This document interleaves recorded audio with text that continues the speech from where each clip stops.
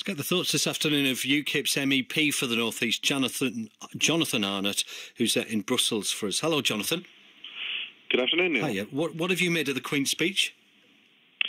Well, I suppose I've seen it as a little bit of a missed opportunity. There are things which go halfway towards doing the right thing, but not all the way there. So, for example, on the right to buy scheme, it's a great idea to give people that opportunity for owning their own home. But if you've not also got something backing it to say that you're going to make sure that all of those council houses are replaced and that new ones are built in their place to make sure that social housing continues, then you could cause a lot of problems for working people.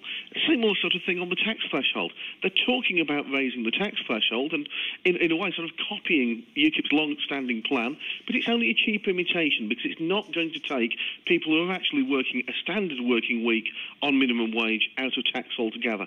So we're seeing a lot of things in this Queen's speech where they're going halfway, and it's so frustrating because if they were to actually put in place the things that we need in this country, then of course we'd be all for it. But regardless of what they do, you're never going to agree with them, are you? You're a completely different party. Well, when did you last support the Conservatives on anything they did? Well, for example, we're saying today that they're doing the right thing on banning so-called legal highs. OK, all right. Do you think there's going to be any need for UKIP in a couple of years' time once the public decide in or out when it comes to Europe?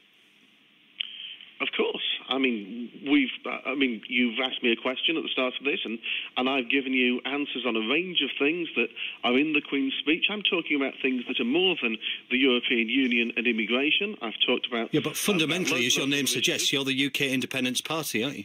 So once that is achieved in your eyes... Well, indeed, independence is our middle name, right.